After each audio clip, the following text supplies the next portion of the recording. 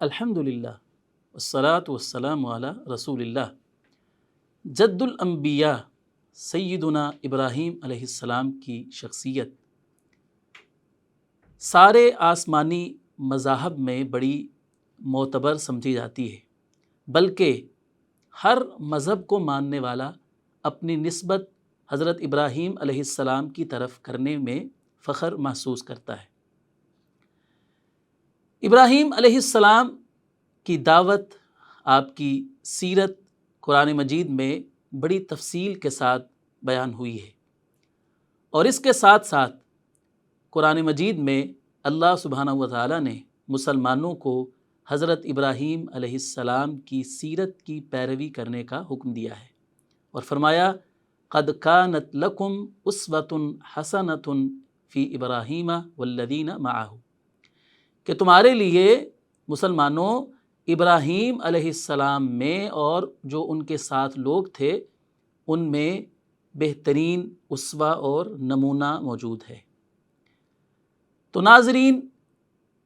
ابراہیم علیہ السلام کی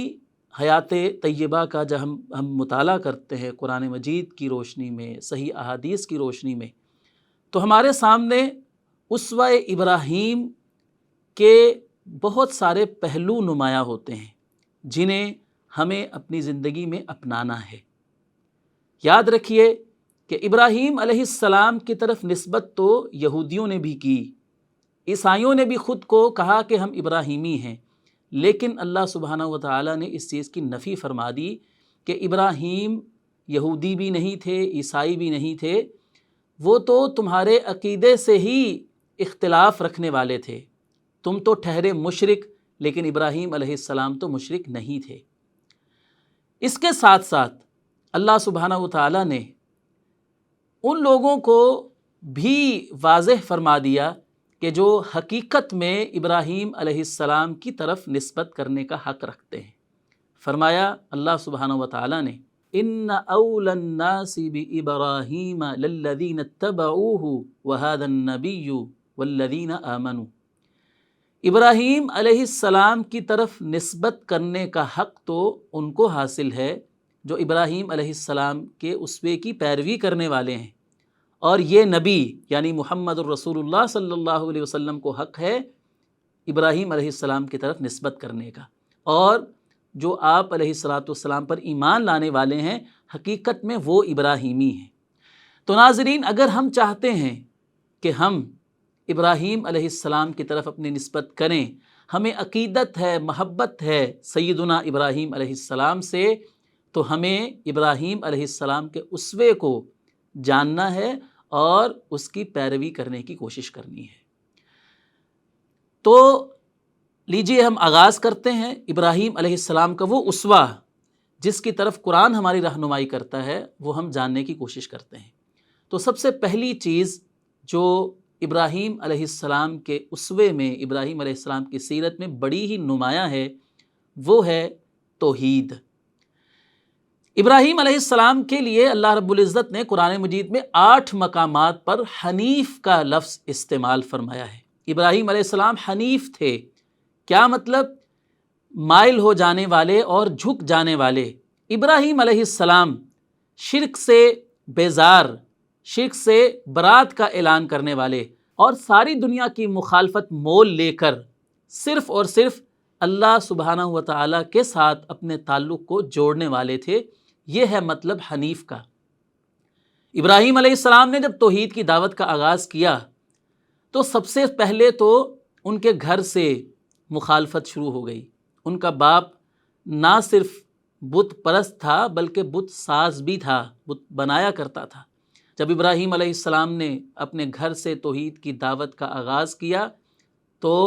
باپ کی طرف سے مخالفت ہوئی۔ باپ نے کہا نکل جاؤ میرے گھر سے، میں تمہیں پتھر مار مار کر نکال دوں گا۔ ابراہیم علیہ السلام نے اس مخالفت کی کوئی پرواہ نہیں کی۔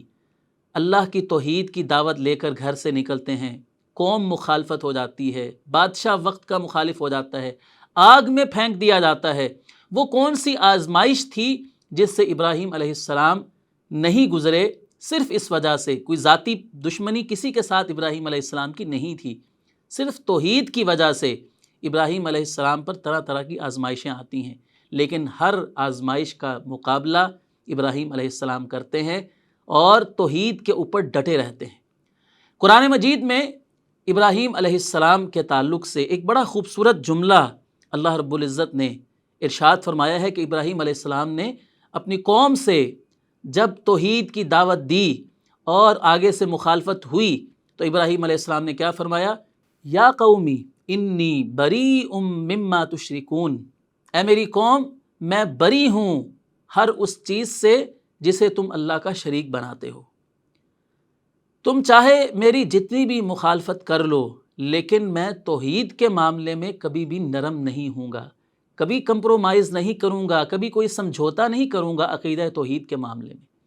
ناظرین، ہمارے پیارے نبی محمد الرسول اللہ صلی اللہ علیہ وسلم نے بھی ہمیں عقیدہ توحید کے حوالے سے اسی غیرت کی تعلیم دی ہے کہ دنیا میں اور کسی بھی چیز پر سمجھوتا ہو سکتا ہوگا، لیکن توحید کے معاملے میں کبھی کمپرومائز نہیں ہو سکتا ہے۔ اللہ کے رسول صلی اللہ علیہ وسلم نے اپنے ایک پیارے صحابی حضرت ابو الدرداء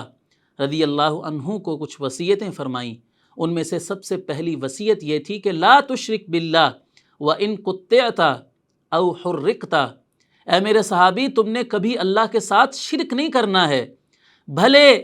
تمہارے جسم کے ٹکڑے ٹکڑے کر دیا جائیں، تمہیں آگ میں بھی پھینک دیا جائے، تب بھی تم نے اللہ کے ساتھ شرک کبھی نہیں کرنا ہے۔ تو ناظرین، اگر ہم اسوہ ابراہیم کو واقعی اپنانا چاہتے ہیں اور ہم واقعی ابراہیم علیہ السلام سے محبت کرتے ہیں تو ہمیں ابراہیم علیہ السلام کے اسوے کا سب سے پہلا سبق یہ سیکھنا ہے اور اس پر عمل کرنا ہے کہ توحید کے اوپر ہم نے کبھی بھی کمپرومائز نہیں کرنا ہے، بھلے ہماری جان چلی جائے لیکن ہم نے شرک کبھی نہیں کرنا ہے اللہ تعالیٰ کی ذات کے ساتھ، اللہ تعالیٰ کی صفات کے معاملے میں، اور اللہ تعالیٰ کے جو اختیارات ہیں، اللہ تعالیٰ کی عبادت میں کبھی کسی کو شریک نہیں کرنا ہے۔ شرک ایک ایسا عمل ہے کہ جس کی کبھی بھی معافی نہیں ہے۔ مشرک کے اوپر اللہ رب العزت نے جنت کو حرام کر دیا ہے۔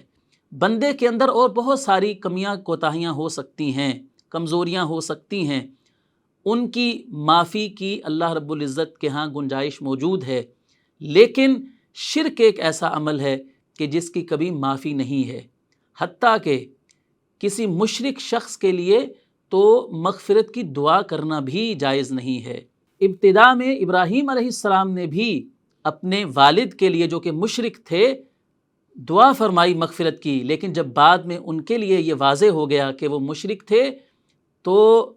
ابراہیم علیہ السلام نے ان سے بھی برات کا اظہار فرما لیا تھا۔ اللہ سبحانہ و تعالی ہمیں عقیدہ توحید کو سمجھنے کی اور مرتے دم تک اس پر قائم رہنے کی توفیق عطا فرمائے،